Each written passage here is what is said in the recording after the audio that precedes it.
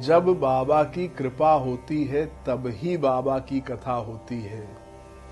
ये सत्य जिसको समझ में आ गया वो कथा से तो दूर नहीं रह सकता।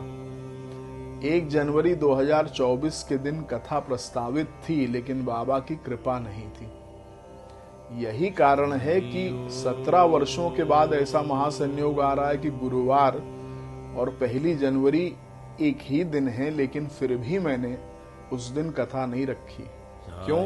क्योंकि आज्ञा और आशीर्वाद ही बाबा का बहुत आवश्यक है। साईं सच्चरित्र में वर्णित है। हेमाड पंथ जी ने कहा कि बाबा जब तक आपकी आज्ञा नहीं होगी, आपका आशीर्वाद नहीं होगा, तब तक कोई कार्य संभव नहीं है। तो 1 जनवरी को हम बाबा की पादुका से आज्ञा लेंगे। गुरु पादुका कृपा आज्ञा प्राप्ति कामना सिद्ध्यर्थम। तदुपरांत 2 जनवरी को बाबा की कथा करेंगे। तो कहने का अभिप्राय ये है कि साधारण नहीं होती है कथा। कोई ये फंक्शन नहीं है, कोई बारात पार्टी नहीं है कि आपकी मर्जी से हो जाए। ये कृपा से ही होती है।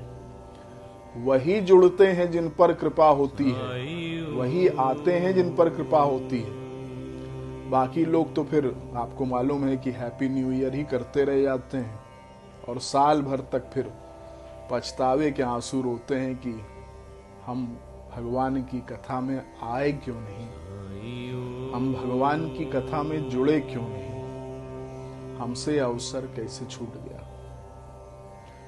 तो ये बिल्कुल सत्य मानिए, कृपा और कथा बड़े महत्वपूर्ण शब्द हैं।